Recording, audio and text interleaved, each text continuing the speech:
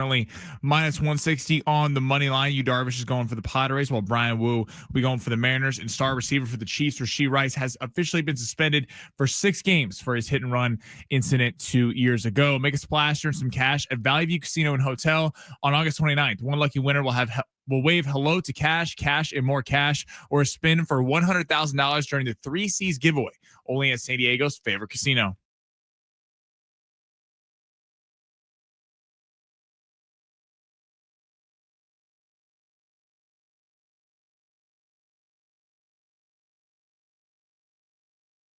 And let's get it going on a Wednesday. What up, everybody? Ben Fletcher, Sammy Long with you till 2 o'clock today. John and Jim will take over. Then we have a busy one for you today. Jonas Brothers tickets on the line.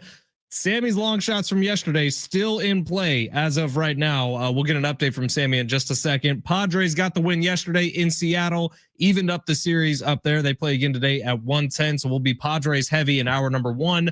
Derek Togerson going to be joining the show, probably. I don't know. Last time he was supposed to, he ditched us for some surfing story. But Derek Togerson is supposed to be on the show at 12:30 today. We'll talk some Padres, Aztecs, SDFC with him. And then at the very end of the show today, 1:45, Mikey Varas, the head coach of SDFC, is going to be jumping on, previewing everything going on over there. Tomorrow night, today actually, is San Diego State Aztecs football eve.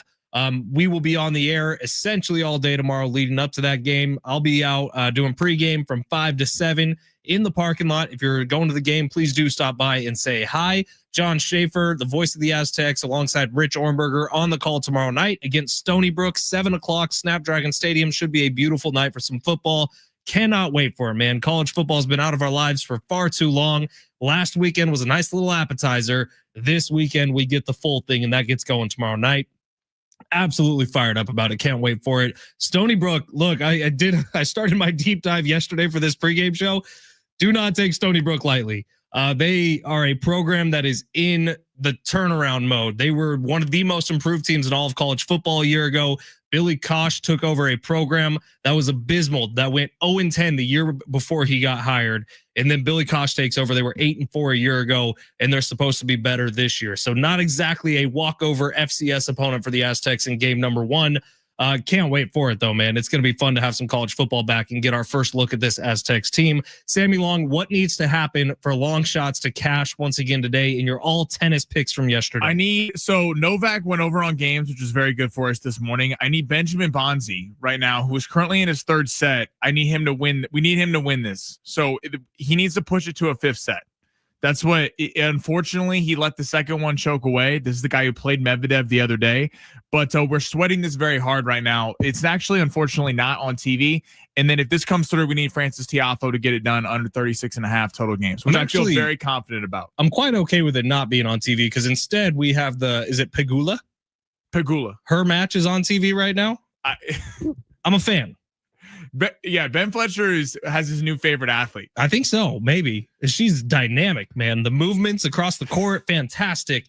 Becoming a fan of tennis right before my very eyes. It's really incredible to see. We got some news out of the golf world. Keegan Bradley is the captain of the Ryder Cup team. Ryder Cup coming up at the end of September. And today his picks were due. Now, there was a lot of drama about whether or not Keegan Bradley would pick himself. He did not, and we'll get to that a little bit later on in the show. Padres matchup coming up at 1:10 today. It's a big one for the Pods. Last night started off amazing. My God, Dylan Cease had a no-hitter going in through into the 4th inning, and then as soon as I put up a tweet about how nice Dylan Cease was pitching, the wheels started to come off a little bit, of course, so you can blame me for that one. But how about Ramon Laureano? Since he got to the San Diego Padres, he's turned himself into like an MVP candidate. The best player on the team. He is absolutely the best player on the Padres team right now. Grand slam in the first, a gutsy kind of slide into home later in the game that ended up giving the Padres the lead. Ramon Laureano, where would this team be without him? I don't know, but it wouldn't be anywhere good. He actually got upgraded into the 2nd spot in the lineup today with Luis Arraez getting the day off up in Seattle. And before we get to the big 3, Sammy, I do just want to mention something because you might have been right about something, and I'm going to give you some credit here. Everyone else see Eddie Vedder's appearance on the broadcast yesterday? It's a weird spot for someone to be in. You're a rock god. You are a concert king. For you to be asked to come into a broadcast booth, that's an awkward position to be put in. Don and Mud make it easy. They're really good at their jobs. They're laughing. They're having a good time. Eddie Vedder, dude, have some sort of enthusiasm. Let's stick to singing. What in the world, dude? That was some tough TV to watch. I can't remember the last time I was by Don and Mud, who were two of the more entertaining broadcasters in all of baseball. That was a snoozer of an interview. They just kept going back to the booth, man. The inning could not get over fast enough. All right, let's get to the big three. Sam, are you happy that you were right about that one? I am. People, strong takes when I was ripping on Pearl Jam yesterday. They're very polarized. Look, Pearl Jam, the band, great. Pearl Jam, the interview. Yeah, it's not that I hate Pearl Jam. I like they have some good songs. The way people like that's sometimes their favorite band, and I don't appreciate how some of Pearl Jam's members have talked crap on some of my favorite bands over the years. And like who? Name names. Motley Crue. They had a little beef with Motley Crue back in the day, and was kind of dissing on that whole '80s movement. And Crue are my guys. So 619. Did you know Pagula is the daughter of the Buffalo Bills owner? Is that real? Is that serious? She's rich also? 619. What is going on here? All right, Sam, let's get to the big three before we get into trouble. You're getting too distracted. I'm going to have to turn this off TV. It's San Diego Sports 760. Sammy Long takes us through the big three every single day where he goes through the top stories in the world of sports. NFL football, a week and a day away. College football is here. Tomorrow, we get week 1 of the college football season officially going. Sammy, smash that button. Your lunch break is here. Ready to go back to the office and knock the socks off your friends? Coworkers? It's time for the top stories of the day. The Big Three. Sammy, where are we starting? Let's start in college football. The massive matchup of the weekend, Texas, Ohio State. Just cannot wait for it to get here. It's so exciting that on week 1 we get a matchup like this. So Arch Manning had a pretty fire quote yesterday that I don't know if you saw, but he was asked a question basically about their target being on your back, being the number 1 team in the country. He said, I think we kind of try to shift the narrative. We're going for everyone else. The target's not on our back. We have a red dot on everyone else. There's been some back and forth on social media between the players of Ohio State and Texas. What is your reaction to this quote, and what are you looking at for Saturday's big game? Arch Manning better hope he doesn't get his ass kicked and throw a couple of interceptions in this game. He's got a lot riding on him, man. You talk about pressure. It's a conversation we have often on this show. The amount of pressure on Arch Manning in game 1, after he has been hyped all offseason as the future number 1 pick in the NFL draft, as the Heisman Trophy winner of this year, Arch Manning has gotten a lot of love for not a lot of play. Arch Manning better go out and perform. Read that quote one more time, Sammy. He said, I'm trying to pull it back up here. I think we're trying to kind of shift the narrative. We're going for everyone else. The target's not on our back. We have a red dot on everyone else. Big words, man. You better back it up with some big play. This is Arch Manning is digging the hole a little deeper if he goes out and throws out a stinker against one of the nation's best defenses. Like, we don't usually see the number 1 team heading into the best season. Secondary in the country. And the number 1 team heading into the season is playing against one of the top defenses. Like you said, the best secondary in the entire country. This has potential to be a really rough day for Arch Manning. And for him to talk like this, whoo, I would have just said, man, looking forward to playing against the best right away. I kind of love it because there's so much unknown about this game. Like, even the books in Vegas, it's really hard. The line opened as Ohio State 2.5 point favorites, which makes sense. So they're saying on a neutral field, they would take Texas by a half point. But I mean, there's so much unknown. We've never really seen Arch Manning play. We've seen him start twice against directional schools, got in against Arizona State in the playoff. He's looked good in all the samples that we've seen. But going on the road, your first game being against the defending champs, and I know that they've lost Sawyer and a bunch of guys on that defensive front, but Caleb Downs, one of the best players in the country, a safety who's not usually – safeties aren't usually talked about as going in the top 5 of the draft. They're talking about Caleb Downs as potentially being the running for one of the top picks next year. That's how good he is. And then you got on the other side of the ball, Jeremiah Smith at receiver, one of the most electric players, if not the most electric player in the country. In Ohio State, in Columbus, this doesn't get much better. And I mean, Arch Manning, like, I don't think we've ever seen a guy that has had this much pressure with this little known about him. We know that the name of the Manning family, but he's barely played. He's projected to be the number 1 overall pick next year. He's the Heisman favorite. I mean, they're already talking about him being the savior for the New Orleans Saints since they're projected to land the number 1 overall pick. I mean, there is so much pressure going into this game. I do think all the pressure's on Texas. Ohio State weirdly doesn't have a ton of pressure on them because if they lose this game to a Texas team, number one in the country, after turning over that many NFL draft picks, people are going to go, yeah, you lost to Arch Manning and them. But we'll see if Julian Sand, who was a big-time recruit, actually out of Carlsbad here, can turn things around. But I can't wait for this game. Going to be absolutely electric. Can confirm Jessica Pagula, who we're watching right now in the U.S. Open, is the daughter of Terry and Kim Pagula, who own the Buffalo Bills. So, Sammy, she is rich, too. This should be your future Mrs. Long. Hey, you might have to go Mr. Pagula. That's fine. That's fine. Now, I mean, I hate the franchise that her family owns, but it's okay. You'd have to get over your unbiased, completely journalistic hate for Josh Allen. I would show my big red Chiefs jersey. Speaking of the Chiefs, actually, Rashee Rice came down, suspended 6 games to start the year. Reaction to this? Where do you think this puts the Chiefs in the AFC? Does this really hurt their chances against the top competition? What happened to the number 10? Did that just go away? Because it was about a week and a half ago where Adam Schefter went on his podcast and said the NFL's looking at the number 10. And then we heard that would probably get appealed down to 8. And then as of this morning, Tom Pelissero puts a tweet out. The NFL is pushing for a suspension of 6 games. And then about 10 minutes after that, Rashee Rice accepts the suspension. He's going to miss the first 6 games. I'm a little confused at where the number comes from. Other than that, it's fair. The dude probably deserved to be suspended a whole year. But if that's the number everyone's landing on and he's accepting it, great. No appeal process, no BS. He's going to sit out the first 6 games of this season. But do we all remember what happened? He's lucky he didn't kill someone. 7-car pileup. He was renting the car he was driving. He owned the car his buddy was driving. They're on the Texas freeway. 7-car pileup. They get out of the cars and walk down the freeway and escape the scene. Now, you can draw a lot of presumptions from that. Was he stoned? Is that why he walked away? Was he drunk? Is that why he walked away? Lucky someone didn't die. I'd say Rashee Rice got off scot-free. Do you know what people judge the law on? Not what could have happened, Sammy. What did happen? So it doesn't matter. I mean, maybe he was high. And yes, he could have. Didn't they find a bunch of weed in the trunk? First off, weed's legal in California, so they weren't in California. It's ridiculous that it's not nationwide, but that's Kogo talk. Sammy, if you're going to excuse someone for causing a 7-car pileup, I'm not excusing anything. What I'm saying is that saying you should be suspended the whole year. We've seen guys who have had domestic violence suits who have gotten less games in this. This is how crazy this is. Okay, it's the truth. I'm saying. I thought that one usually started at 8 games. Well, it did because of the reaction to some of the players that had it gotten 4 in years past. Yeah, obviously for the Chiefs, this is. Rashee Rice. I think being suspended a whole year would be crazy because he didn't kill anyone. He didn't do anything. Obviously, he messed up. That was a poor decision making. He already missed most of last year because of he basically got an entire knee injury where he ripped his leg in like 3 places. But in terms of the Chiefs. This is a big deal for the first 6 weeks of the year. The first 6 weeks are tough. You got the Chargers, you got the Eagles, the Ravens are in there. So Lions are in there. Lions are in there. Jaguars. Now, okay.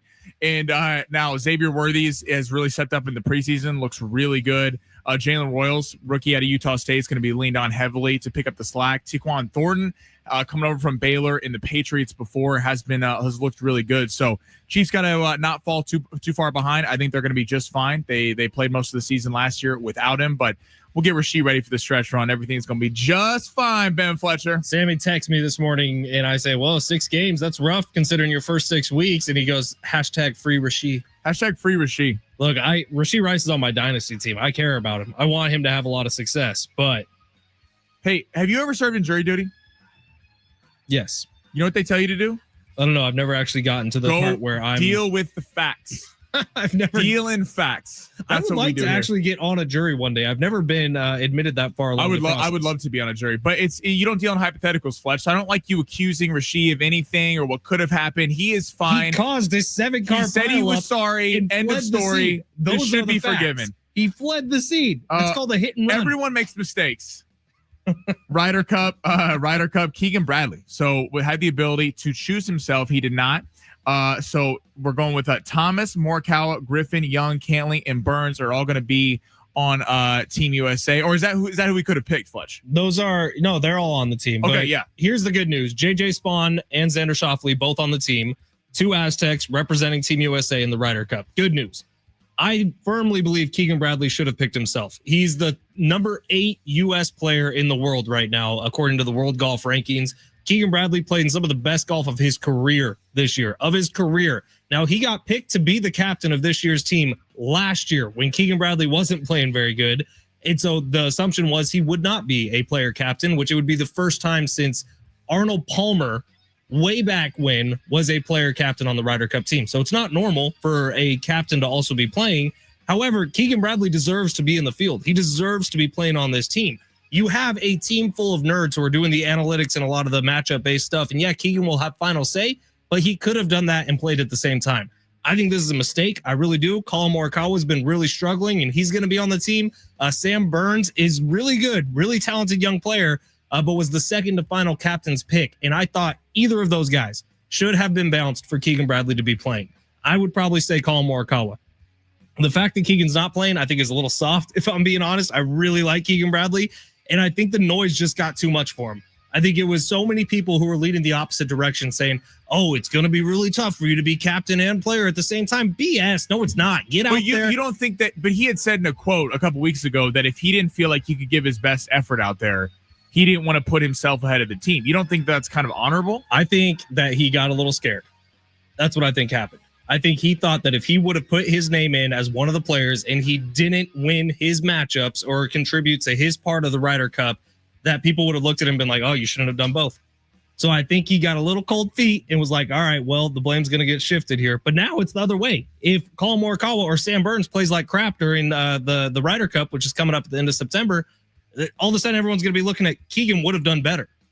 Yeah, that's well. You got to put it on your own back. Definitely, there's pressure the other way. I mean, I'm going to applaud him if he really doesn't think that he can give full maximum effort and he doesn't deserve to be on the team. Then good for him for not putting it first. Obviously, if these guys come up short, as you pointed out, Morikawa has not been playing very well recently. So I understand the frustration there of why is he not playing. But I love the Ryder Cup. I can't wait for it. It's already fun. Like Rory's already been chirping a little bit at the press Europe's conference. Been kicking our ass. Yeah, so take something back. Yeah, the Ryder Cup is always such a fun event, and I can't wait to watch this. And hopefully, Team USA brings it home. Also, I kind of wish JT was left off the team, but wow, Justin Thomas is has won the most of this group usually. And he usually plays very, very well in the Ryder Cup, but GT, he just hasn't been up to snuff lately. All right, quick break here, and he annoys me. Quick break here on the other side. Let's talk some Padres.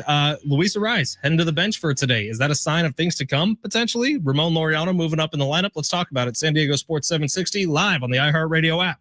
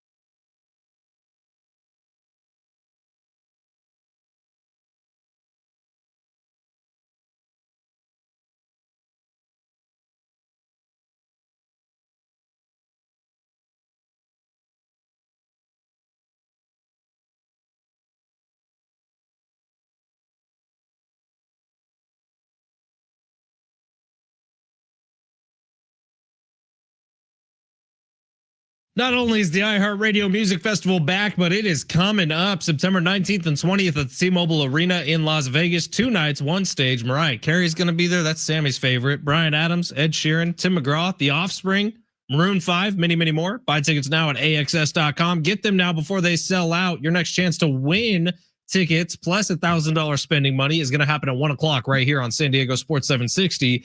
Get all the info at sportssd.com/festival. I'm actually heading back to Vegas this weekend, trying to win some of that money that Sammy and I lost last weekend.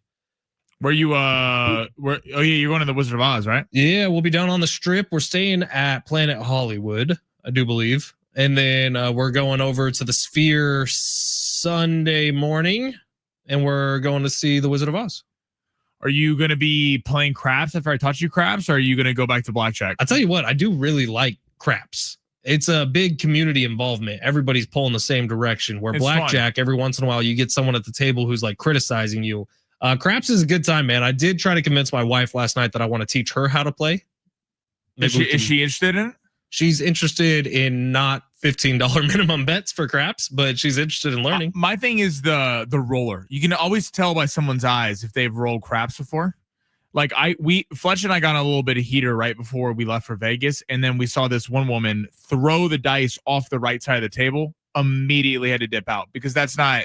That was a premature decision, by the way. Her boyfriend started rolling right after her because that throw ended up being a 7 and crapped everyone out. But the very next guy who started rolling, her boyfriend, ended up winning everybody a couple $100. Were you still playing? No, I was just watching from afar. So that's a problem here. Mikey Varas is going to be joining the show coming up at 1:45 today. SDFC, historic season already. They're playing against LAFC this Sunday in Los Angeles. It's going to be a 7:45 kick. You'll hear that game here on San Diego Sports 760. Coming up at 12:30, Derek Togerson is going to be jumping on. Aztecs, Padres, SDFC, all on the docket for when Derek joins us. But right now, let's talk about this. So Luis Ariz has been really struggling lately.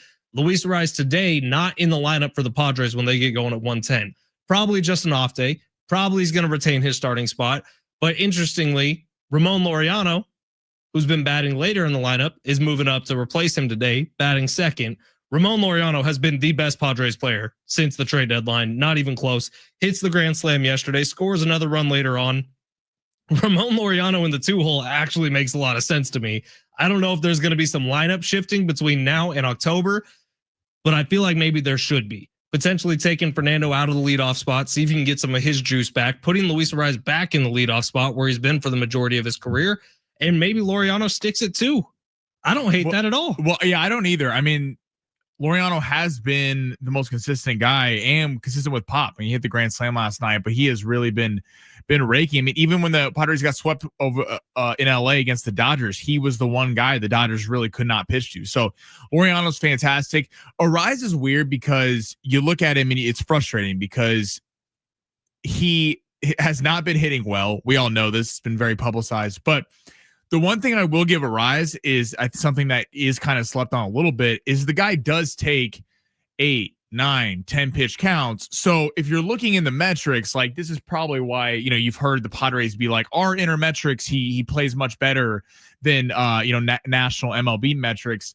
It is something like Luis Ariz is a pain in the ass for a pitcher to deal with because you're constant. I mean, it's hard to strike him out, even though it has been more recently. He's got a great eye and he makes contact on everything. Yeah. And you almost wonder if he's like searching for contact too much instead of trying to just like rip the ball because it feels like it's always trying to just slap it and play. I'm excited to see Laureano up there. He has certainly deserved the spot to be in the 2, and then we'll see what happens. We're assuming this is an off day for Ariz. That's what all reports have indicated. But if Laureano comes out there and is playing unreal tonight, I think it's hard to take him out of the 2-hole. Yeah, I don't think Ariz gets benched, but maybe he might slide up in the lineup. He might go back to leadoff. That makes more sense for me. Move Fernando down somewhere he can have a bigger impact. 858 Sammy Long would be terrible for jury duty. He's from Philly. Guilty. Hey, is that true? Would you discriminate based on where location you're from? Because I am a patriotic, red-blooded American who wants to make sure that justice is served. But yeah, if you're from Philly or Buffalo, get the hell to jail. All right, we got Derek Togerson coming up next. Let's do a loop around San Diego sports. Togs from NBC coming up next at San Diego Sports 760 live on the iHeartRadio app.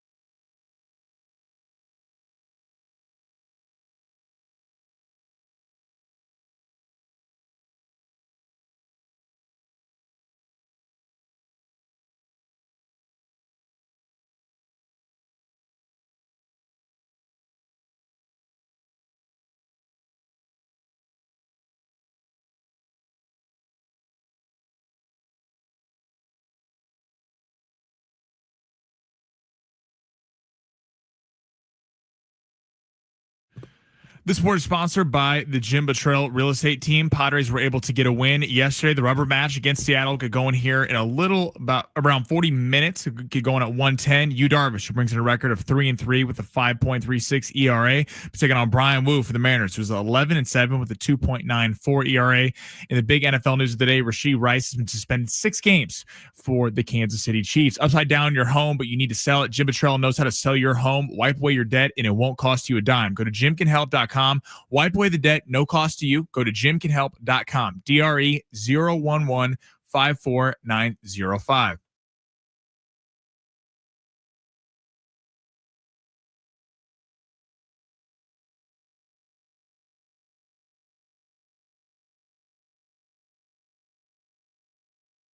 San Diego Sports 760, Ben Fletcher, Sammy Long with you till 2 o'clock. It is the Fletch Zone, a previously non-really tennis fan Fletch Zone. Now we're just all the way in. We're watching Francis Tiafoe, the American, right now. France is going to get it done for us. I was curious why Sammy liked him so much, and now I realize, he's sponsored by Lululemon. And Sammy's a Lulu girl. Swag from Francis, the all red fit. The Francis has more swag than anyone on the tour. Speaking of Lulu girlies, one of them who I know he is, Derek Togerson from NBC, joining the show right now. Togs, you a big tennis guy at all? I love tennis. Yeah, it's really, I love to play it, and it's actually really fun. Probably the women's game more than the men's game, because the men's game has so much power now. It's like it's sort of serve volley done. The women's game, you get the longer rallies. But yeah, I do really enjoy tennis, and there's a lot of really good players out there right now. The U.S. Open is a ton of fun over the last couple of days. Sammy and I have just started betting on it, so it's been automatically more interesting. But it's been a blast watching. So, Derek, I do want to hit all three of the sports. We got big ones going on in San Diego right now. Let's start with the San Diego Padres. So yesterday they get the win. Ramon Laureano remains fantastic. Today, Luis Arraez out of the lineup. Ramon Laureano moved up to number 2. Is that something or nothing?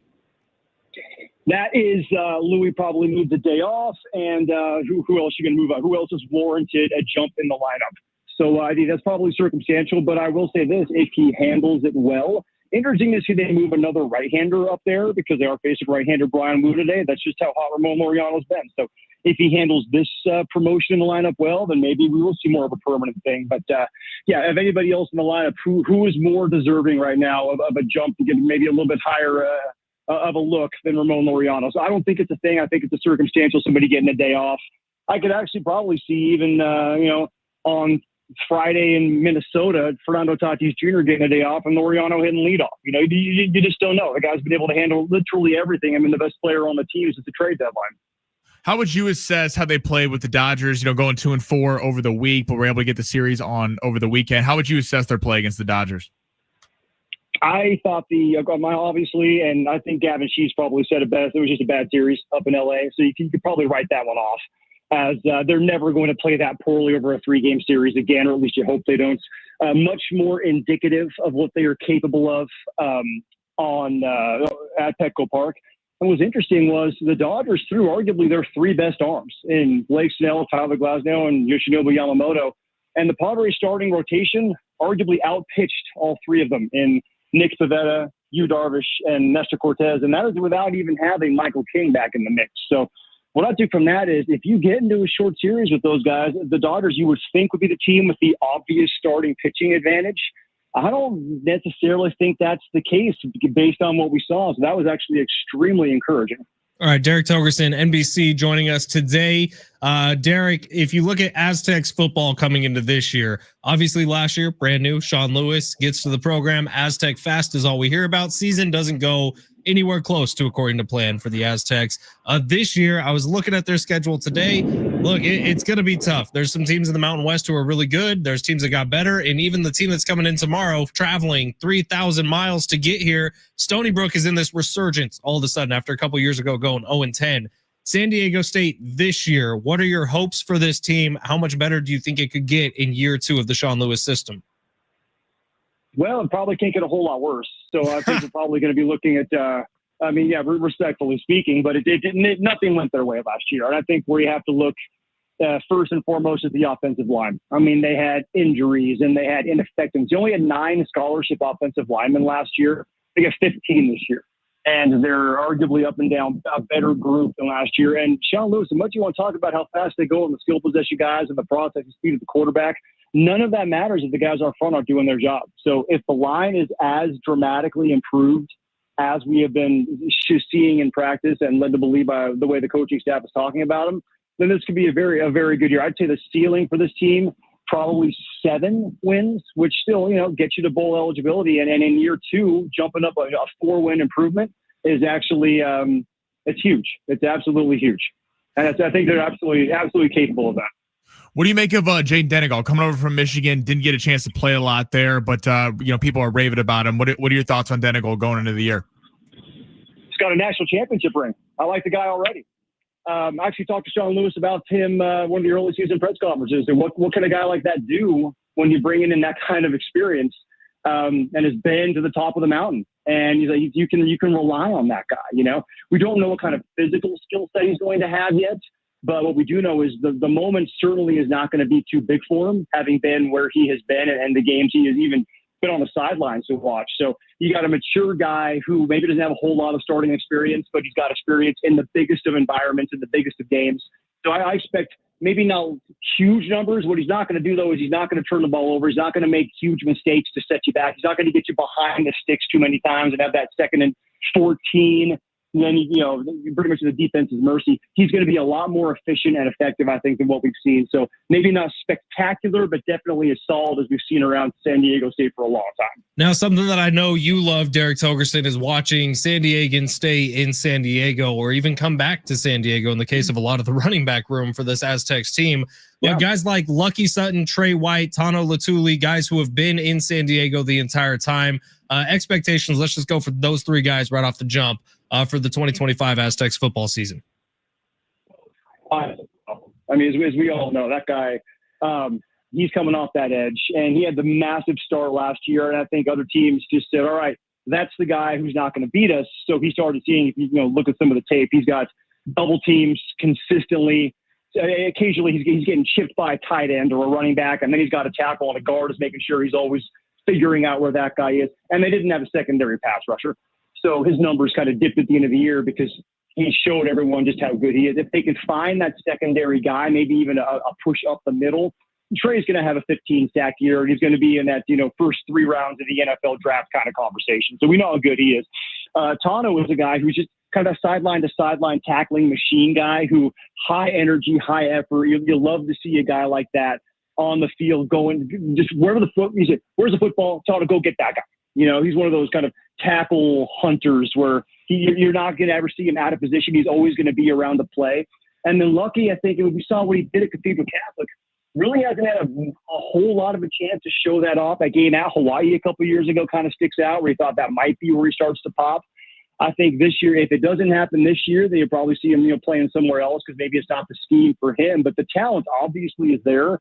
And everyone around campus talked about how explosive he looks. So it could be one of those, not a Donnell Pumphrey, Rashad Penny kind of thing. But you're looking at a potential 1,000-yard season for that kid, which I think could be right in line with his skill set. SDFC clinching the playoffs last week. What are your expectations for this team? Like, what do you think the ceiling can be? Is it winning the cup? No. Is it possible? Yeah, that should not be the expectation by any stretch. We're talking about still, remember, it's a team had to come from behind a lot of people's expectations. They're an expansion team, and the bottom line is, as well as they have played, you don't know how they're going to handle the biggest of the situations. Right now, I've talked to many people around Major League Soccer. Pretty much every week, I do something with an analyst or an official or somebody who's around the game, a broadcaster.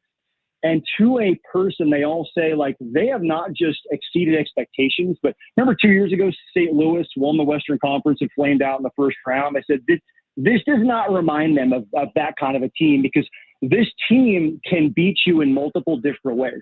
St. Louis is kind of a one-trick pony, and if you got the right system to shut that down, they couldn't find a different way. What we've seen with SDFC is if you take away what they like to do most, which is press, they can still find other ways to beat you. They have that kind of versatility, and they're doing it without that, Lionel Messi marquee name, which is the really interesting part of this. As good as Andres Dreyer has been, and he should be the MVP, and I will not entertain any argument against that.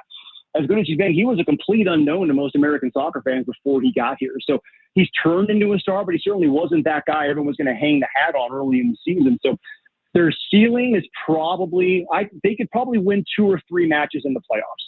Even getting to the MLS Cup, let alone winning it. Remember, in the Western Conference, you've got LAFC, Seattle. These teams they have all this experience. They've been there. They've been to the top of the mountain. They have won these types of games before. They understand what it's about. SCFC is going to have to go through that crucible maybe a time or two to truly feel what that pressure is. So I think they can win a couple matches, but to win the whole thing or even get to MLS Cup championship, it's not impossible, but it certainly is improbable. We got Mikey Varas coming on the show a little bit later today, Derek. If you had one question to ask him as they kind of enter their home stretch, they got LAFC this weekend. What would you ask the head coach?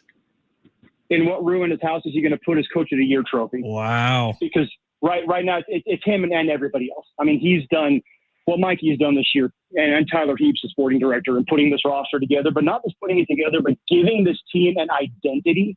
I mean, this is a team that everyone knows exactly what they're going to do, and they are very comfortable in who they are and what they do. And for putting a bunch of guys who have played, we got guys from 13 different countries playing in this, and they've been together less than 6-7 months, and that's it. And they all get along this well. What Mikey's done with these guys is it's been truly remarkable. So at this point, we know what they are, and they know what they are. So there's no more, hey, how much farther can you go with Mikey? There's no more, how have you done this? We know how they've done this. They put together the right group of guys and got them all to buy in because the guy who's leading it is the absolute right guy for the job. So at this point, it's just, what are you going to do with all your postseason accolades? And maybe say, hey, you're not going to put a regulator on yourself, but MLS Cup, you hear that and you're about the process, but you hear that.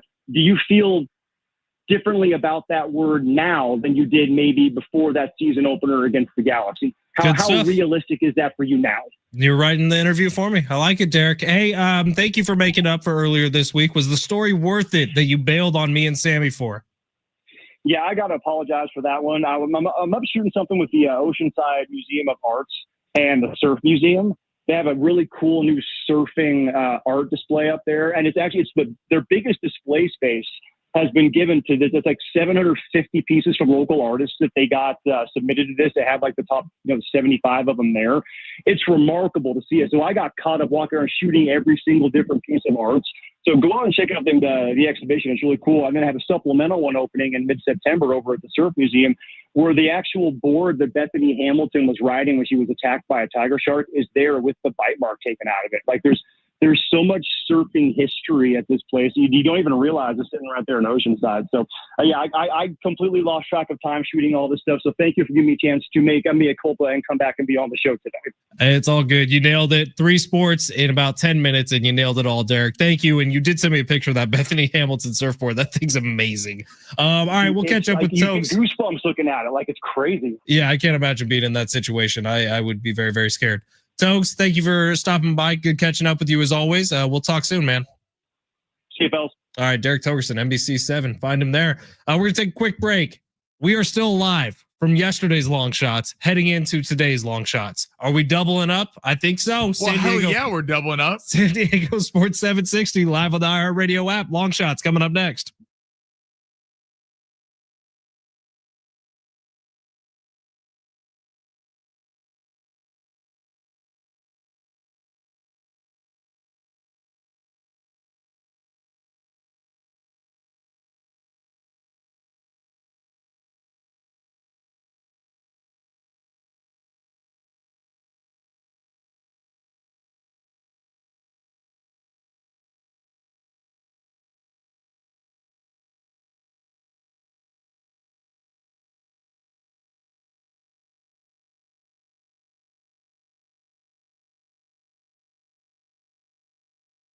Download the Prize Picks app today. When you do, you're going to want to use promo code Fletch, FLETCH. Look, football is here.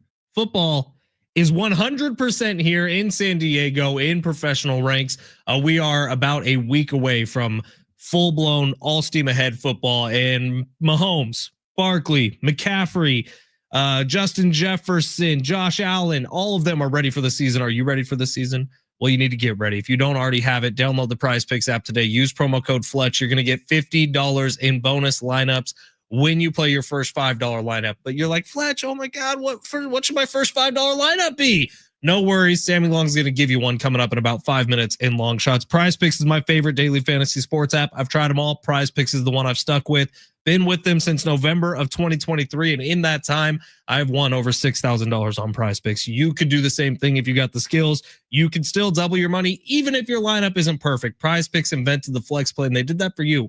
If you get 3 out of 4 or 5 out of 6 on your lineup, you could still double your money in Prize Picks. Taco Tuesdays, Flex Fridays, they're my favorite parts about the app. On Taco Tuesdays, there's discounts on the board all day long. Just get you a little taco and your lineup has that much more of a shot of cashing. And then on Fridays, everybody, $20 fully guaranteed lineup. Even if it loses, you're getting that $20 back in promo funds. It's essentially free money. Download the Prize Picks app today. Use promo code Fletch. Get that $50 in lineup bonus when you play your first $5 lineup. And we are going to give you a $5 lineup coming up next. It is San Diego Sports 760. Keep on listening and download Prize Picks. Run your game all season long on Prize Picks.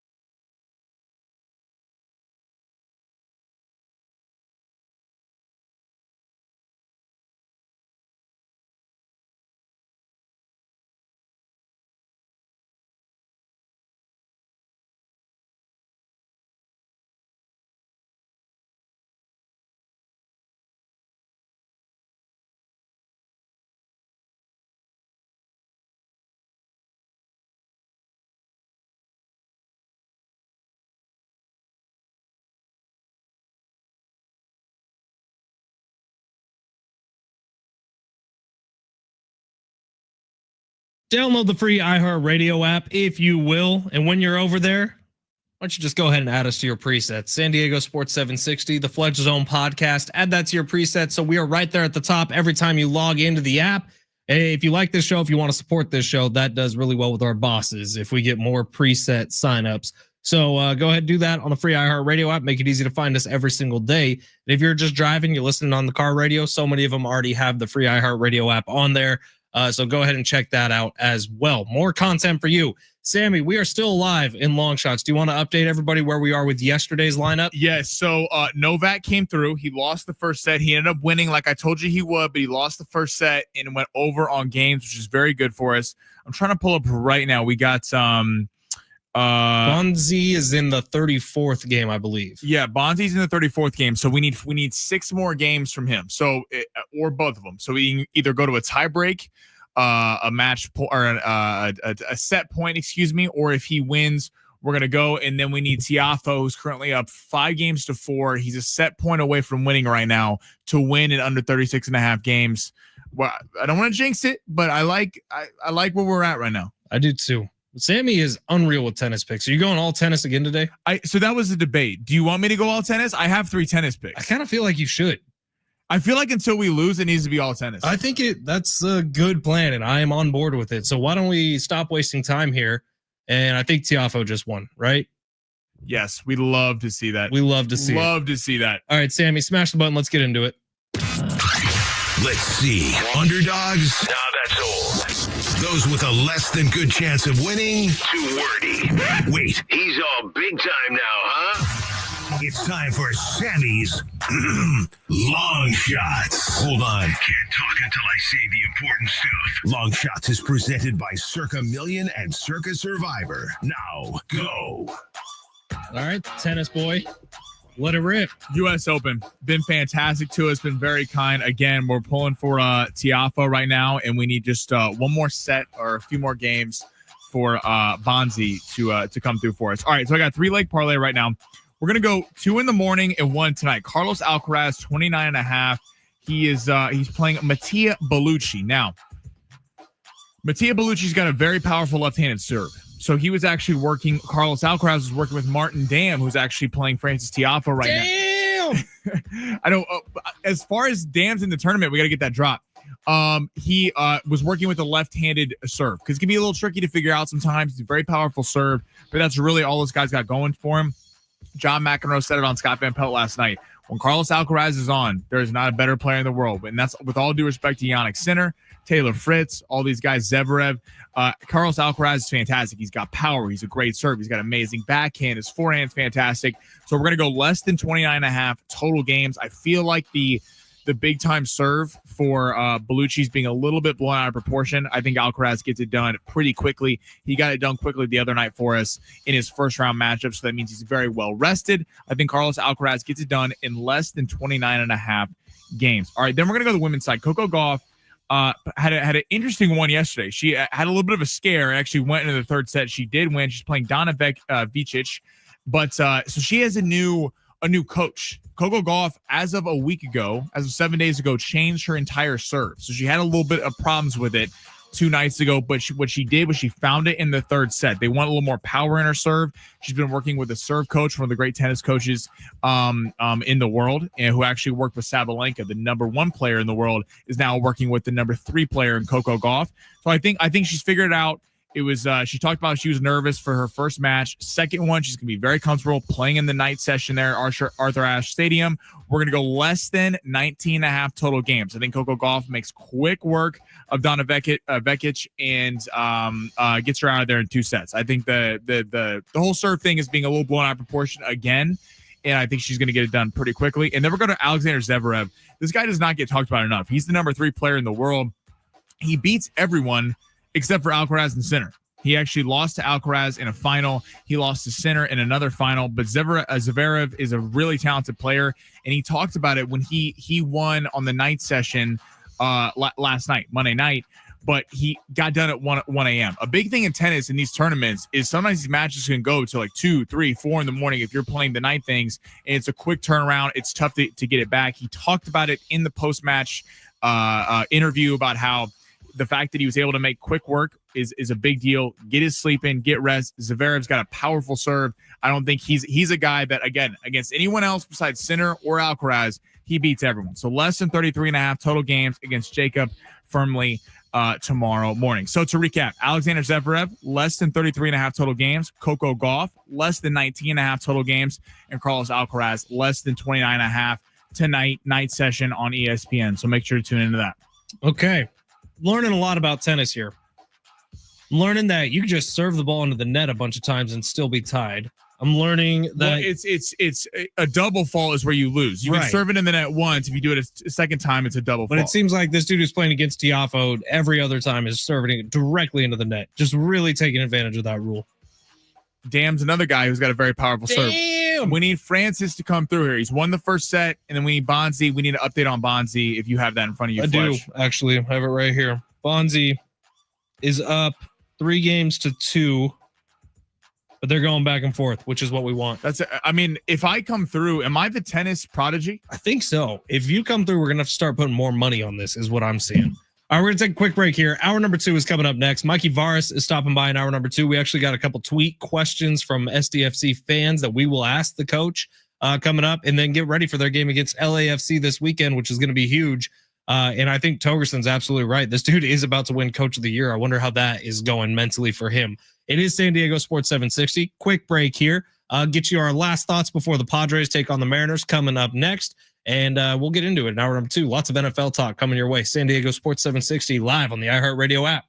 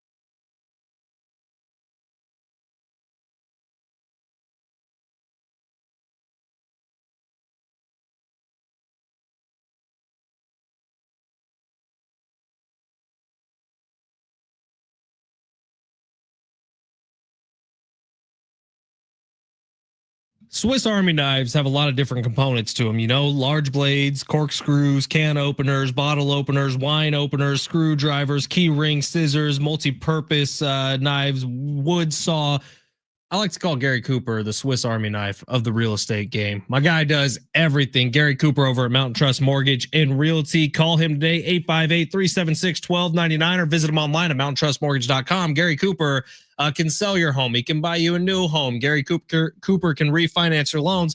But most importantly, Gary Cooper has all the information. No matter what step of the home buying process you are in, give Gary a call and make sure you're doing it right. That's kind of what my wife and I did. We checked in with Gary when we were thinking about buying a home. And Gary talked us through all of our options, and he's brutally honest with you. So if you need to hear something, Gary will make sure you do. So many of these companies, they try to tell you how nice and rosy everything is. And how, of course, you'll be able to do something.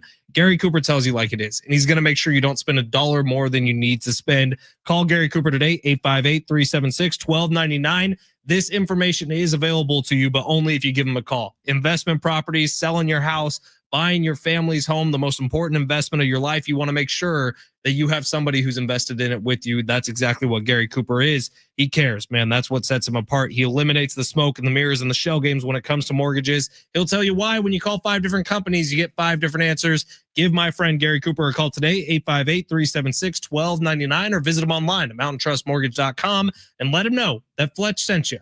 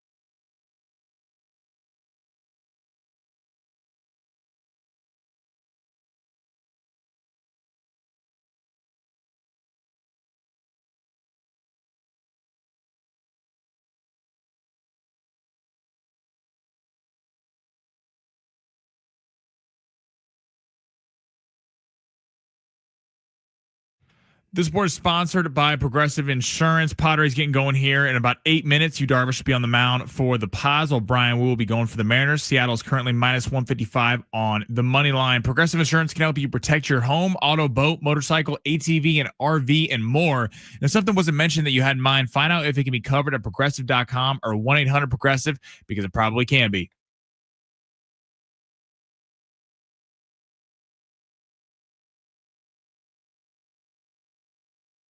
Some people call this hour number 2 of the Fletch Zone. I call it the giveaway hour. We got tons for you, so stay tuned, because coming up in about 7 minutes, we're going to be giving away a pair of tickets to go see San Diego State against Stony Brook tomorrow night at Snapdragon Stadium. A pair of tickets for the Aztecs home opener this season on the line coming up in about, 8 minutes, Sammy?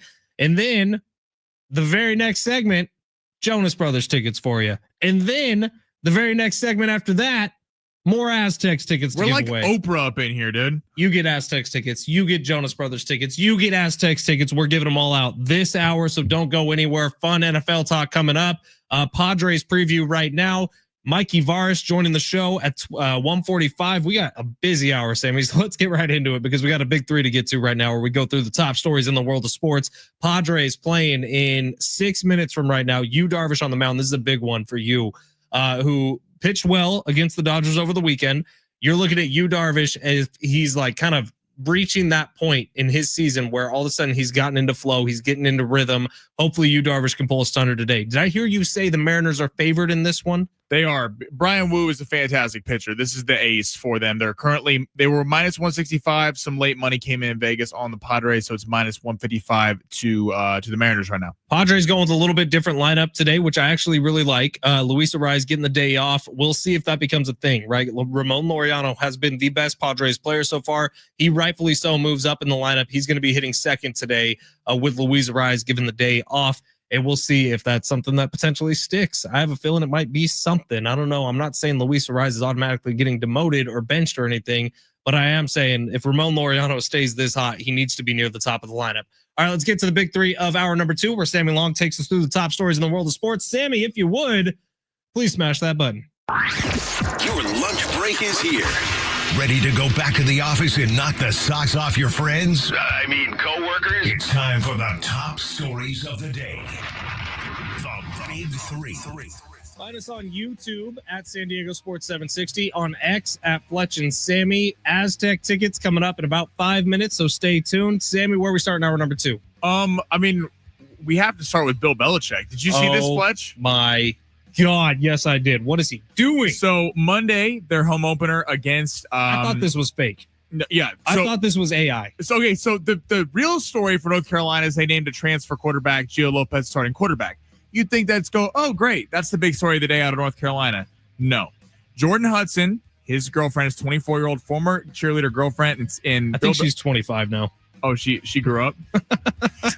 files a trademark on the term gold digger and wants to sell. What is this? They want to sell the jewelry brand. They want to sell a jewelry brand, and they want to trademark the term gold digger, which, even though he's crazy now, if I'm not mistaken, Kanye West coined, because he's got a song with Jamie Foxx that is fantastic about that. What is your reaction to the fact that Bill Belichick is trying to coin the term gold digger? This is a man who would not talk at press conferences, that said on to Cincinnati when he lost to the Chiefs on a Monday Night Football game, and literally would not speak. Sammy sounds jealous. He sounds so jealous that Bill Belichick in his 70s is pulling a 25-year-old hottie, coining rap phrases as his new brand. Look, Bill Belichick, we could all hope to be this cool when we are in our 70s. It's just weird that it's the head football coach who's trying to get back in the NFL at some point who's doing it. This is crazy from Bill Belichick. This is crazy from Jordan Hudson. But it's so on brand for 2025 where you just never really know what's coming next, right? Good for Bill. I mean, I would say it's a midlife crisis, but it's really an end-of-life crisis. It's Why are you hating? No, I'm not hating. It's good for Bill Belichick. It's just Bill Belichick, there's like reports he's wondering why he's not an NFL head coach. This is why. Look, Bill Belichick went like 50 years of having zero fun in life, and now he's having the most fun anybody could possibly have. You do whatever you want to do, Bill, but then don't ask why NFL teams don't want the circus coming to town with this. like this is fine for North Carolina because North Carolina, no one talks about North Carolina football. They talk about North Carolina basketball, but I can't believe they're putting up with this, because they need to be relevant. But it's funny that this guy really is like, I don't know what happened to him. It's like a different person took over his body. She is 24. I think she was 23 when they started dating. Yeah. Oh my God. Don't age her, man. She just turned 24 in May. All right, let's say in the NFL, but let's go to the NFL. For Indianapolis Colts, the Colts won't trade Anthony Richardson per GM Chris Ballard. They say they eye growth for the quarterback despite benching him for Daniel Jones to start the year. Reaction at Anthony Richardson not being on the move. Anthony Richardson has a ton of potential. I wouldn't trade him either because I think you trade him, he goes to another franchise. Then why aren't you starting him? He gets developed a little bit. He needs to get developed a little bit. If he gets developed a little bit somewhere else, all of a sudden you got a quarterback who could be a serious problem in the NFL. Tons of potential, great arm, awesome athleticism. Seems like he's not there yet between the ears. This is time for Anthony Richardson to grow, to learn, to sit behind Daniel Jones, who I'm not saying that's a great situation, but the dude's got to learn, and the learning that they tried to teach him on the field obviously wasn't working. So if Daniel Jones or if Anthony Richardson can mature between the ears a little bit this season, and then maybe we get another look at him next year, the Colts are hoping they still have their franchise quarterback in the room. He's just not ready. How is he going to develop when he's sitting on the pine? Because there's certain things you got to learn. You need to mature. You need to understand the game more from a mental level before you go out there and try to add the mental and the physical. He's got the physical. We can all see that. He's not there mentally yet. He's not there as a leader. He's not there. He can't read defenses according to people. He's a one-take quarterback where he has his first look, and that's where he's going. If that's not there, problems are going to happen. Daniel Jones at least knows how to read a defense. So this is time for him to hopefully mature a little bit as a quarterback. Okay, he cannot get better on the bench. You can absolutely get better on the bench. Okay, but so what happens when the Colts are picking in the top 5 next year? Because the team is not very good in a quarterback class with Arch Manning, Carson Beck, Lenoris Sellers. I mean, there are countless dudes. There might be 5 or 6 quarterbacks being picked in the first round next year. And then you're going to have a decision. If you're sitting here telling me that he's got growth to do, they need to stop lying to the public. They do not think Daniel Jones is the franchise quarterback. And this is no disrespect to Daniel Jones. He's not a terrible player. He's an okay player. He's won a playoff game in Minnesota. But the Giants clearly didn't think he was the answer. And to be fair to the Giants, they had a lot of weapons that Daniel Jones could not take advantage of when he was there, a.k.a. Saquon Barkley, who just won a Super Bowl. I mean, I don't get this. Why would you not trade him? You could probably get a pick back for him because teams would want to let him grow. I'm all for it. This is my same thinking with the Browns. I don't understand Joe Flacco playing. I know Daniel Jones is young, so I guess they can lie to us and tell him that they think he's going to be a franchise quarterback. But not seeing Shador, not seeing Dylan Gabriel, not seeing Anthony Richardson, to them for the Browns and the Colts to be picking at the top of the draft next year and then have a decision to make on a quarterback and not knowing what you have, but you still want to develop him per Chris Ballard, this makes no sense to me. For decades, it was weird to start a quarterback in his first year. For decades, it was weird for you to just throw somebody out there because they're not ready yet, because there's a lot to learn about the game of football, not necessarily on the field. So look, maybe this is the Colts trying to go back to an older time. And let's be honest, it worked out better for guys who sat behind people when they were first starting out. I think throwing people into games too early, throwing them into the full-on action of having the pressure of being the starting quarterback of an NFL team right away is tough for some people. Yeah, but this is year 3, though. It was obviously tough for him in years 1 and 2. Okay, but what's going to happen, though, when his contract's up at the end of the year, you have a player option. Got him cheap. Well, not at his deal. He's at the fourth overall pick. He's making millions of dollars. You're not going to pick up that option, so he's going to leave. He's not going to stay because you just benched him.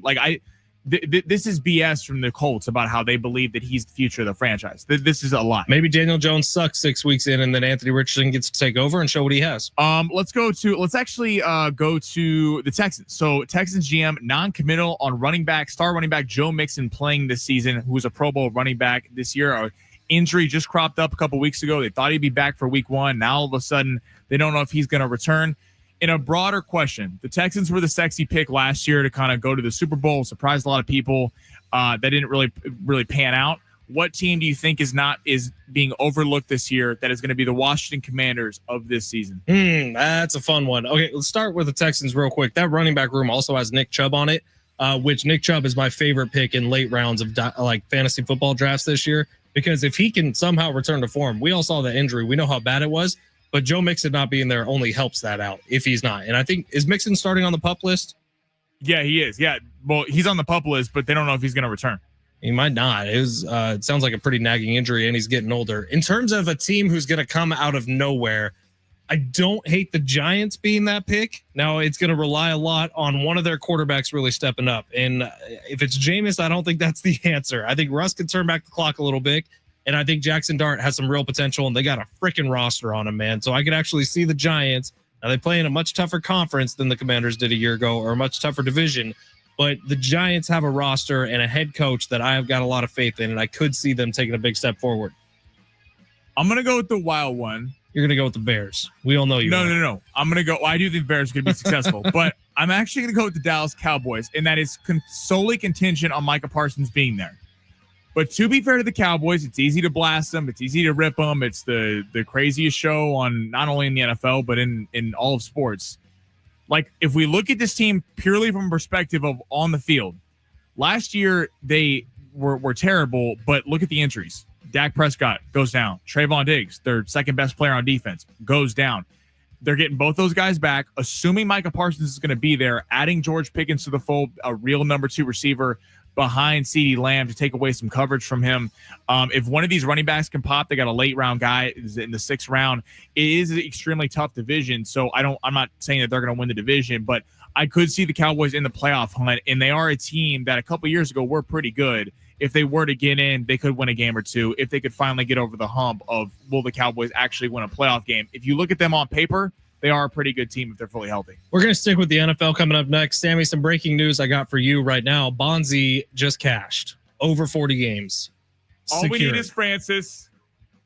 So what are you up to right now? Are you 20-0 on tennis picks? I'm 20-0 on tennis picks. This is insane. Going back to Roland Garros on clay for the French Open, now at the U.S. Open. But Tiafoe's got some work to do, man. It's not looking great as of right now. We'll see if he can clutch up for us. We're going to take a quick break here, but right now, your first opportunity to win some Aztec tickets here in 2025. Aztecs football taking on Stony Brook tomorrow. If you don't have tickets yet, go Aztecs.com is the spot to go. But we got a pair of tickets burning our hole in Sammy's pocket. We want to give them away. So caller number 6, you are going to the Aztecs game tomorrow night. 877-767-4760. San Diego State, Stony Brook tomorrow at Snapdragon Stadium.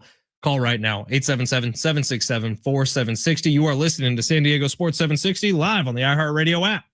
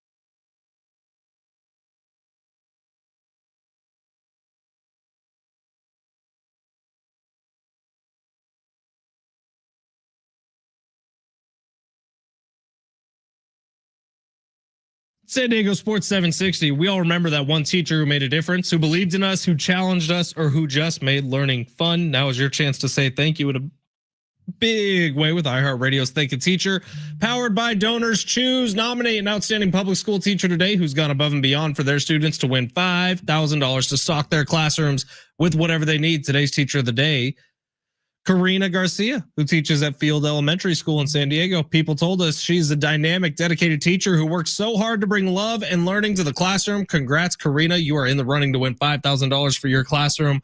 Nominate your favorite teacher today at iHeartRadio.com/teachers. My wife is back in her second week of school, and she says she has a great class this year. Hopefully that stays up. 858 texting into the show today. Sammy is not perfect with tennis picks. He had a miss a couple months ago. Might have even been Tiafoe on a call that should have been ruled in versus out and sold the pick. You spreading fake news over here, Sammy Long? 858. I don't remember that. I think this is what? Show proof, please. I mean, it's pretty easy to show proof. You just scroll back through your losing lineup, Sammy.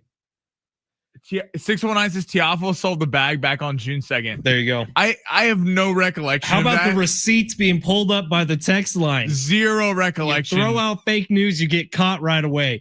It's not fake news. I don't even remember that. I don't remember that at all. Just scroll back a little bit. June 2nd. Well, you know what? We're all about the future. So I missed one pick of 20.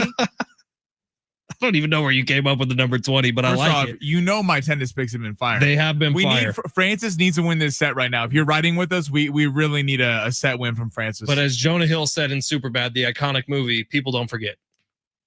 Yes, that is an iconic movie. People don't forget. Hey, I did want to bring this up with the NFL. We just got a few minutes here. And Jonas Brothers tickets coming up in a couple minutes. Do you realize we got 4 NFL wide receivers? One of them doesn't really count, but we have 4 NFL wide receivers who have been journeymen, who have kind of bounced around the league a little bit, who are back with their original teams. Amari Cooper back with the Raiders. Keenan Allen, less of a journeyman, but has had a couple stops, back with the Chargers. Brandon Cooks back with the Saints. And who's the one I'm forgetting, Sammy? There's one more. I was reading a text from Brian. Keenan Allen back with the Chargers. Amari Cooper back with the Raiders. Brandon Cooks with the Saints, and Adam Thielen is back with the Vikings. Back with the Vikings, which I think is a great pickup for the Minnesota Vikings. I really do. But out of curiosity, is anyone else a little bit bummed that Amari Cooper didn't go to a team that's a little bit better than the Raiders?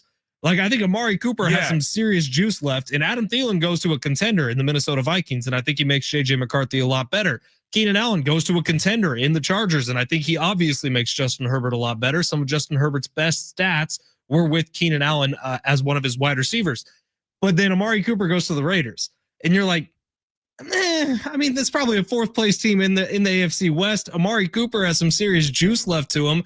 I would have loved, not to the Chiefs, but for him to go to a Philadelphia Eagles, be a 3rd wide receiver. I would have loved to see him go to the Buffalo Bills again.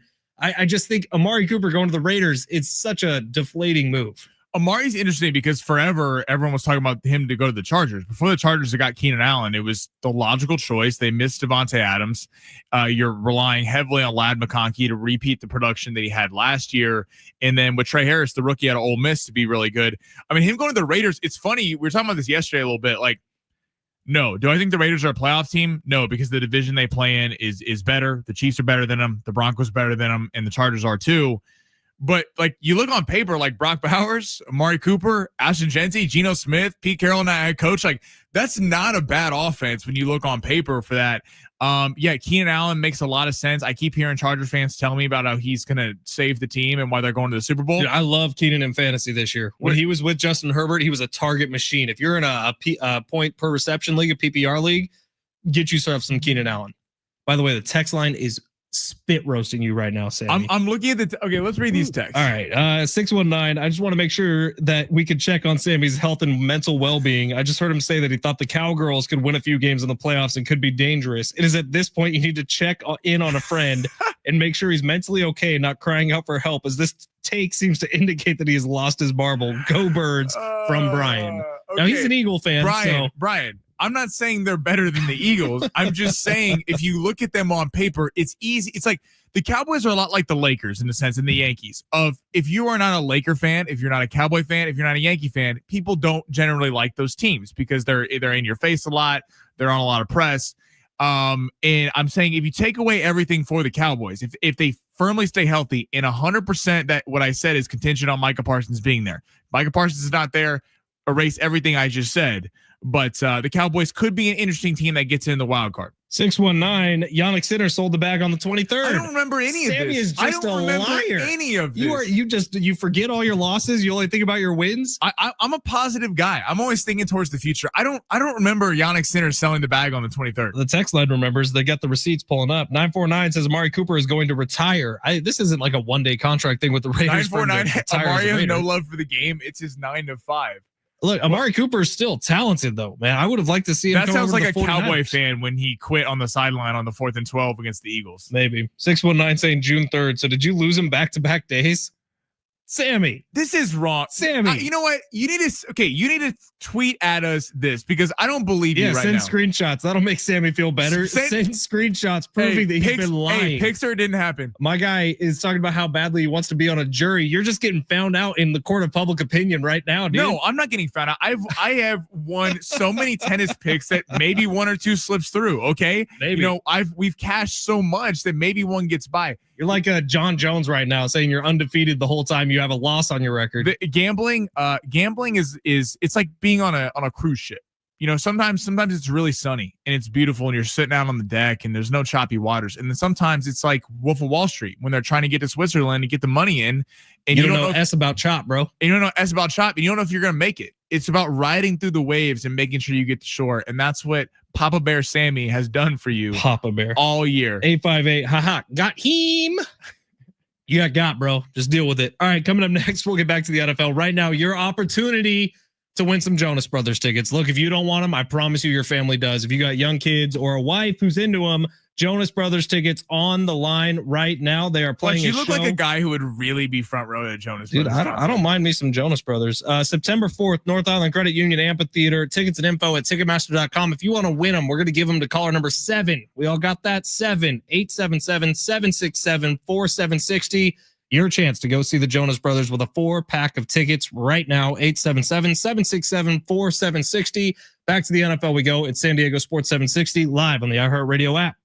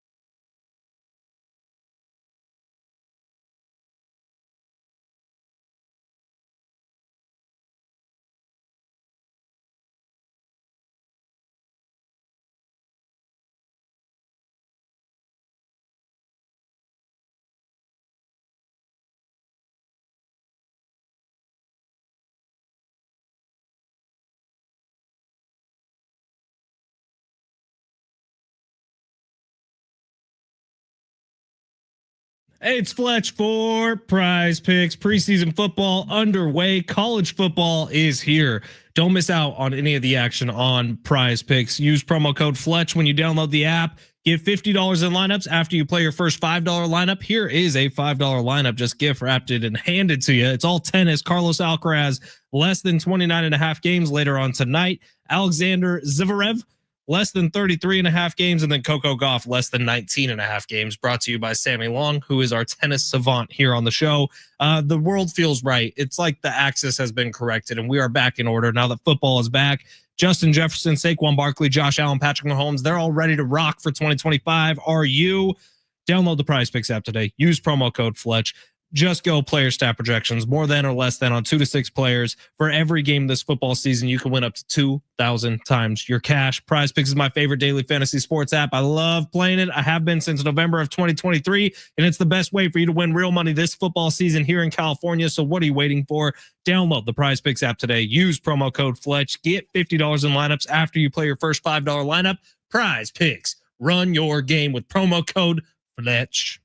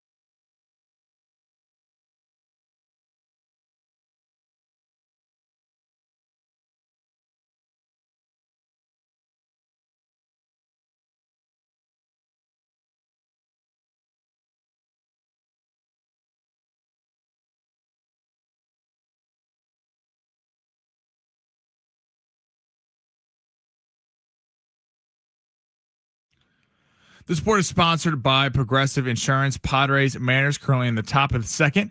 1 on for the Padres in 2 outs. Currently it is 0-0. And in the NFL, GM Chris Ballard said he will not trade Anthony Richardson from the Indianapolis Colts, even though he named Daniel Jones as the starter. And Rashee Rice has accepted his 6-game suspension from the NFL for the hit and run a year and a half ago. At Progressive Insurance, they offer auto, home, and commercial auto insurance, plus a variety of business insurance options to cover your small business needs and more. Visit progressive.com today. Again, that's progressive.com.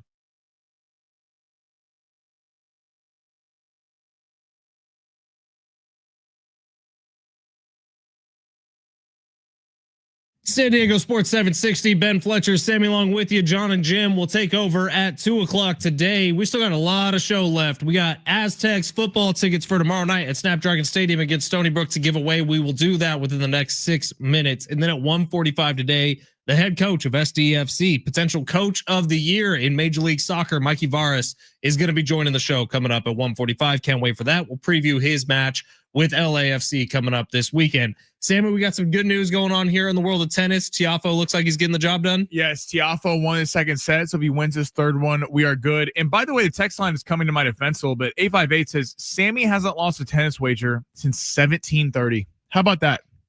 Were we even America yet? I don't think we were. We weren't. We were back in England, playing on the hallowed grounds of what's the palace over there. But Prize Picks, they've stayed steady all the way through from 1738. They got their business model set up in 1729. That's what it takes in time for 1730. And they had promo code Fletch running then too. So just download the Prize Picks app. Use You're promo betting code on people Fletch. like Sir Reginald and stuff like that. You can really get in on this tennis action. And honestly, text line, talk as much smack as you want. Sammy gave us a tennis winner 2 days ago. Gave us a tennis winner yesterday. Potentially, if Tiafoe takes care of business here, and then potentially another tennis winner here tonight. We will reset the lineup in just a little bit. Fun NFL question for you. Companies are already starting to do 2026 NFL mock drafts. I know the New York Times has one, which I don't know how much faith I put in that, but ESPN has theirs, NFL Network has theirs. In all those mock drafts, the consistency is that the New Orleans Saints, the Cleveland Browns, and the New York Jets are the three most likely teams, along with the Pittsburgh Steelers, to take a quarterback with their first overall pick next year. I might have left a couple teams out there. We'll see what happens with the Panthers and Bryce Young this year. Obviously, decision time for them. The Rams are another team who you could see easily picking a quarterback at the top of next year's draft. But I like this question that Sammy threw at me before the show today. What team do you think has their quarterback situation figured out right now that might be looking quarterback in the NFL draft in 2026? There's a lot of teams that could find their way on this list. Some teams that picked a first round quarterback this year. Sammy, why don't we start with you since it was your question? What team do you think right now has their quarterback situation figured out, but next year could be looking for a first round quarterback in the draft? I think certainly Miami is one. Absolutely. Tua Tagovailoa has been, he's such a weird player to look at because when he's on the field, he's not a bad player. He's a decent quarterback and he's had some really nice showings. And he'll put up like 400 yards against a good defense. Like he can absolutely step. Remember that Ravens game where he had like 6 passing touchdowns and the Ravens were great that year. So Tua, I think, is certainly one. I think you could see wholesale changes there because with the defenses here, you don't know how good they're going to be on offense. If everyone's healthy, it's still the same offense has been there. Waddle's there, Tyreek's there, Devon A-Chain, per reports this morning, is going to be there week 1. And I want to take another one, but this one's a little bit of a wild card, and I'm not sure they're going to do it, but I would not, if there's some smoke and fire around the Detroit Lions. The Detroit Lions are a team that you have a massive offense with a lot of money to pay. You already paid Amon-Ra St. Brown. You got to pay Aiden Hutchinson. You got to pay all these guys. And Jared Goff, even though I really like Jared Goff, and he is a very talented player, took the Rams to a Super Bowl and has been very good for the Lions so far. But if we see the Lions talking about a one and done, maybe they get to the playoffs, they don't go deep in it because last year was a massive disaster. 2 years ago, they got beat, came back on by your Niners in the NFC Championship game. Are they looking for a rookie quarterback contract where then you can pay the rest of these guys and kind of reset it? I don't know. Potentially. Look, the Lions thing is crazy. Jared Goff, I believe, still has 3 years left on his deal starting with this season, and it was a lucrative one, $212 million that he signed back in May of 2024. So it may be the Lions. I could see it happening, especially if they can find a end of contract trade situation for Jared Goff. A team I was going to throw out there is the Arizona Cardinals because Kyler Murray, to this point, again, kind of what you just said, he's been fine. Like he's a lot like Tua to me. Kyler Murray is fine and he'll put up some big numbers. And there'll be times where you look at Kyler Murray and you're like, this guy's one of the better quarterbacks in the NFL. Throws a beautiful football. I don't know that anyone in the NFL right now throws as pretty of a ball as Kyler Murray does. But is he the guy? Is he really the guy that Arizona's going to hitch their wagon to for the future? There's lots of questions about Kyler Murray. If the Arizona Cardinals have a stinker of the year and have a top 10 pick, absolutely, I could see the Cardinals going back into the draft. And to that end, it's funny how we've seen in the NFL, you brought this up a little bit earlier about how the leash on quarterbacks is so quick. Really, it started with the Arizona Cardinals. People forget they took Josh Rosen, and not that Josh Rosen was good, but there was some talent there. It wasn't like he was awful. That Cardinal team was terrible. They end up getting the number 1 pick the next year, and they take Kyler Murray. It's funny how Kyler Murray 2 years ago the Cardinals were the it. Remember, they were the 1 seed for most of the season long before they ended up playing the Rams and getting destroyed. And that team was stacked with Kyler Murray. And now we're looking a couple years later. And yeah, if he doesn't get it done, I certainly think he could be on the heading somewhere else. And there's a new quarterback in town. But like, of the second year quarterbacks, Fletch, who do you think has the most risk to be a 1 and done or potentially a 2 and done where you're looking at a quarterback next year, kind of a la Anthony Richardson? Jaden Daniels is safe. I think Caleb Williams is safe because of how much they've done this year to protect Caleb Williams and surround him with talent. The one that really pops to the top of my mind is Drake May, because Mike Vrabel's a new coach. He didn't pick this quarterback. This quarterback got picked by the previous regime. Drake May, while pretty nice at some points last year, it's not like he blew you away. And everyone was saying, oh, well, the Patriots suck around him, but Drake May is doing good. Look at this throw he made in practice. So Drake May could be a situation where you don't see him starting in the league after just this 1 year of him being the full-time starter. Bo Nix, I think, is safe. He's attached to Sean Payton. So as long as the Denver Broncos are paying Sean Payton to be their head coach, he seems very stuck with Bo Nix. We're going to take a quick break here. We got the head coach of SDFC, Mikey Varas, who's going to be joining us coming up at 1:45. Before we get to that, how about some Aztec football tickets? How about it? They're playing against Stony Brook tomorrow night. First game of the season for San Diego State. First game of year 2 with Sean Lewis. You want a pair of tickets to go see San Diego State at Snapdragon Stadium? Right now is the time to call 877-767-4760. You got a pair of tickets to go see the Aztecs in their opener at San Diego Sports 760 live on the iHeartRadio app. Mikey Varas joining the show coming up next.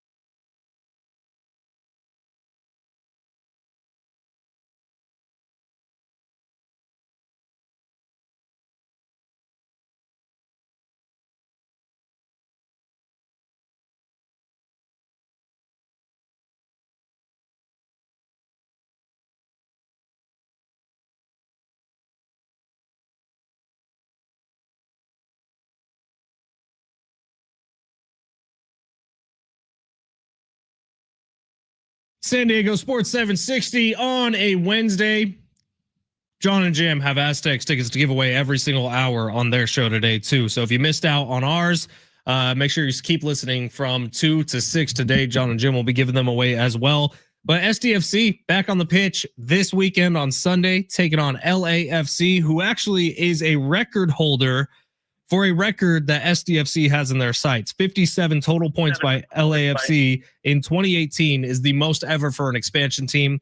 SDFC has 53 so far this year. That is absolutely within their sights. We are joined right now by the head coach of SDFC, Mikey Varas. Mikey, do you spend any time in your day at all thinking about different records your club could break, different postseason accomplishments you yourself could get with potential Coach of the Year honors coming your way? Or are you 100% just focused on LAFC coming up this weekend?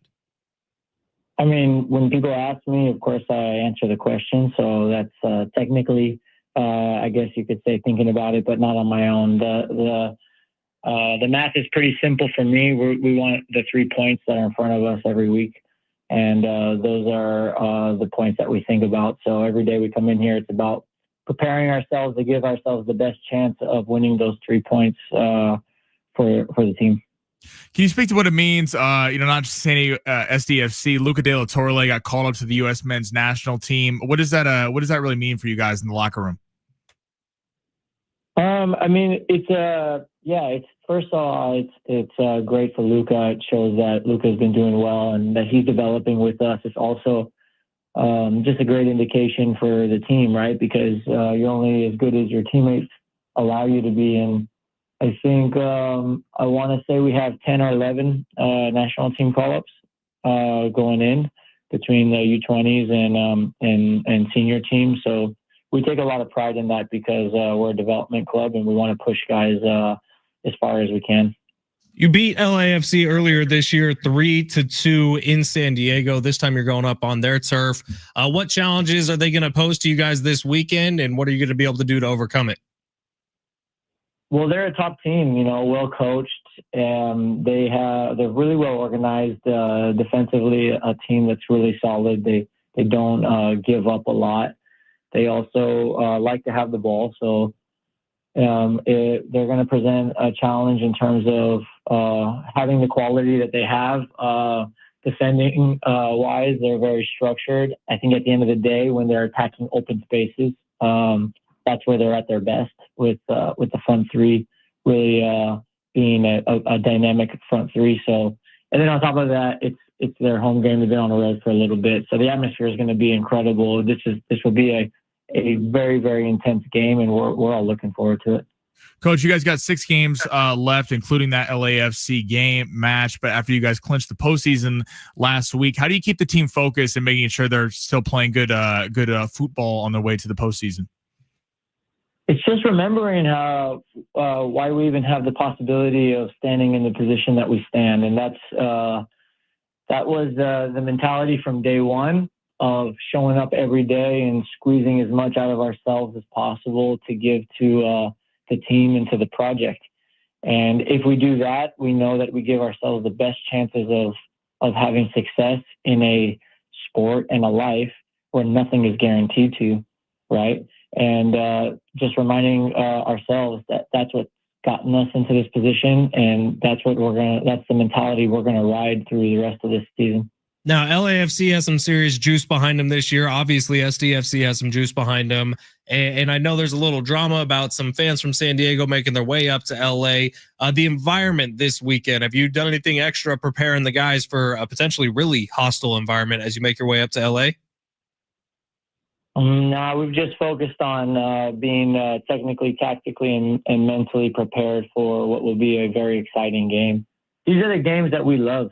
The more pressure, the higher the stakes, the more intensity the atmosphere has. This is what we live for. So we'll be ready for it. Coach Mikey Varas joining us today on San Diego Sports 760, the home of SDFC here in San Diego. Coach, we like to get to know you a little bit better every time we have you on. We found out whether you're a beer or cocktail guy, beach or a lake guy. But I am curious, you obviously dedicate your life to soccer, to football. But in your downtime, when you're not worried about your job, what's your other sports you're into? Are there any? Do you have any bandwidth for any other sports this time of year with like football coming up, American football, or Padres season coming down? What's your other sports?